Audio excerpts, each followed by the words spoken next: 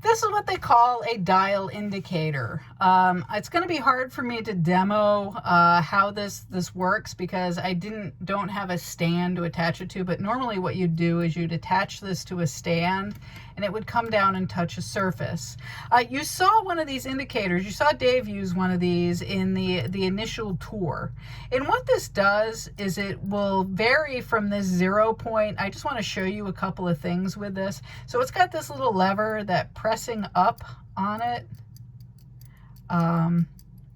moves the needle. So here I am pressing up and you can see that needle moving. And what this allows you to do is measure deflection from a 0 point. So this bezel actually moves and you can move this 0 to wherever it is. So you can set this so there would be some pressure on that needle. And then you could see the deviation from that starting point. So you could do the deviation in the height of something.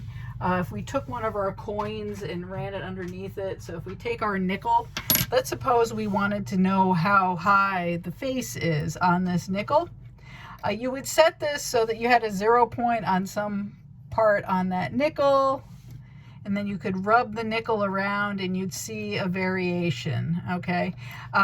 But you would need to be secured on a stand. I can't really do this just holding it, but that's how it would go. Okay, so you go from the flat spot on the nickel up onto the face and see how much the needle moved. Just so you get an idea of how this deviation works on one of these faces. Well, first off, the discrimination always has to be told to you on your dial indicator. Some of them are thousandths, some are 10,000ths. The one that we have here, if we look carefully, you can see, and again, it's hard to see because of the needle, but if I turn it that way, you can see we have 3 zeros and then a 1. So this is a 10,000ths indicator. So each of these little increments that we have here is worth 1/10,000th of an inch. So that's your discrimination. How this works is that from your set point, so let's suppose that your needle, I just don't want to, there we go.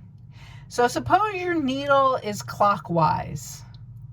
And we see that it's over, so again, without being on a stand, this is really difficult to do, but let's try there we go. So we see we're on the 6th increment. So what does that tell us? That we've got 6 times 1/10,000th of an inch. And if it's clockwise, that means it's higher than your starting point. So that would be our head sticking up from the surface, okay?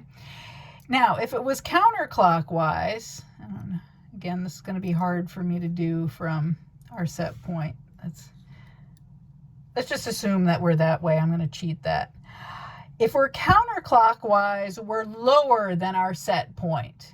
Okay, so in this case, we're now 7 increments counterclockwise. So if our set point was 1 inch, we'd go 1 inch minus 7/10,000ths of an inch would give us our reading at that point. So our reading would be 0.9993.